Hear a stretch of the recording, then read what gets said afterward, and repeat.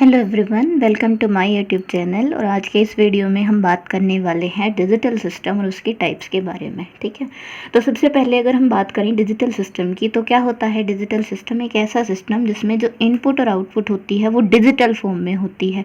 Digital form मतलब only लो और high level, लो high, या फिर इसको हम कह सकते हैं 0 और 1 लेवल। ठीक है, तो वो होता है हमारा डिजिटल सिस्टम। अब डिजिटल सिस्टम हमारे पास दो टाइप के होते हैं, एक होता है कॉम्बिनेशनल सिस्टम, एक होता है सीक्वेंशियल सिस्टम। तो कॉम्बिनेशनल सिस्टम क्या होता है? एक ऐसा सिस्टम जिसमें कि प्रेजेंट आउटपुट सिर्फ और सिर्फ किस पर डिपेंड करती है? प्रेजेंट इनपुट पर। ठीक है, पास्ट में क्या चल रहा था उस पर डिपेंड नहीं करती। तो इसका मतलब इस टाइप के सिस्टम में कोई भी मेमोरी नहीं होती है। ठीक है, अगर हम बात करें सीक्वेंशियल सर्किट की, तो सीक्वेंशियल सर्किट के केस में जो प्रेजेंट आउटपुट होती है वो प्रेजेंट इनपुट के साथ साथ किस पर डिपेंड करती है? पास्ट आउटपुट पर भी डिपेंड करती है। और क्योंकि यहाँ पर हमें प्रेजेंट आउटपुट कैसे देखनी है? प्रेजेंट इनपुट के साथ साथ पास्ट आउटपुट के अकॉर्डिंग भी देखनी है, तो somehow we have to store this past output. और अगर हम इसको स्टोर कर रहे हैं तो हम क्या कह सकते हैं कि ये जो सीक्वेंशियल सर्किट होते हैं ये क्या पजेस करते हैं? मेमोरी पजेस करते हैं। इनके पास मेमोरी होती है जो कि पास्ट आउटपुट को स्टोर कर सके। ठीक है, अब अगर हम बात करें कॉम्बिनेशनल सिस्टम के एग्जांपल्स की, तो वो होते हैं adder, subtractor, comparator, parity checker, generator, multiplexer, demultiplexer, decoder, encoder, etcetera. ठीक है, और अगर बात करें सीक्वेंशियल सर्किट की, तो वो होते हैं हमारे पास flip flop, registers, counter, etcetera. ठीक है, in the coming video since we are going to talk about the flip flop, तो यहाँ पर हम सिर्फ और सिर्फ सीक्वेंशियल सर्किट के बारे में ही स्टडी करने वाले हैं। ठीक है, तो how to design a sequential circuit और क्या होता है सीक्वेंशियल सर्किट, वो अभी हम देखते हैं। तो suppose you have a circuit. ठीक है, ये आपके पास कोई भी एक सर्किट है और यहाँ पर हम क्या ले रहे हैं? ये है हमारे पास आउटपुट और यहाँ पर हम अप्लाई कर रहे हैं input. So this is our present input and this is our present output.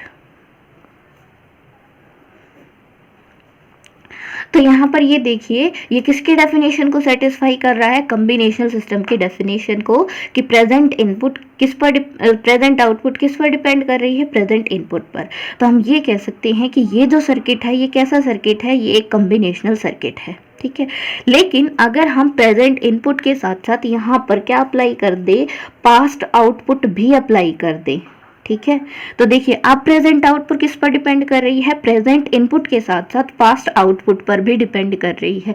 तो इसका मतलब ये क्या बन गया हमारे पास? ये बन गया एक सीक्वेंशियल सर्किट। ठीक है, ये अब हमारा किस में कन्वर्ट हो गया? सीक्वेंशियल सर्किट में। ठीक है, तो इसका मतलब सीक्वेंशियल सर्किट अगर हमें बनाना है तो हमें क्या चाहिए? सबसे पहले इसको कॉम्बिनेशनल सर्किट बनाना पड़ेगा एंड देन हमें यहाँ पर पास्ट आउटपुट अप्लाई करनी पड़ेगी। लेकिन अगर हमें पास्ट आउटपुट अप्लाई करनी है तो इसका मतलब ये जो पास्ट आउटपुट है ये कहीं ना कहीं पर स्टोर होगी, तभी हम इसको यहाँ पर अप्लाई कर सकते हैं। ठीक है, तो इसका मतलब यहाँ ये जो आउटपुट है और ये जो इनपुट है इसके बीच में हमें क्या करना होगा? इस आउटपुट को स्टोर करना होगा। और जहां पर ये आउटपुट स्टोर की जाती है वो कहलाता है हमारा मेमोरी एलिमेंट।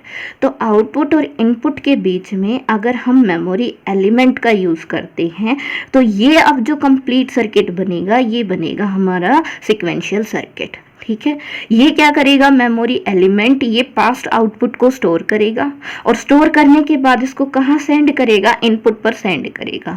तो अब इनपुट क्या क्या हो गई हमारे पास? एक तो प्रेजेंट इनपुट जो हम अप्लाई कर रहे हैं और साथ में पास्ट आउटपुट भी यहाँ पर हमारे पास इनपुट का काम कर रही है। ठीक है, तो अब हमें क्या मिलेगी? अब हमें मिलेगी आउटपुट जो कि डिपेंडेंट है प्रेजेंट इनपुट के साथ साथ पास्ट आउटपुट पर भी।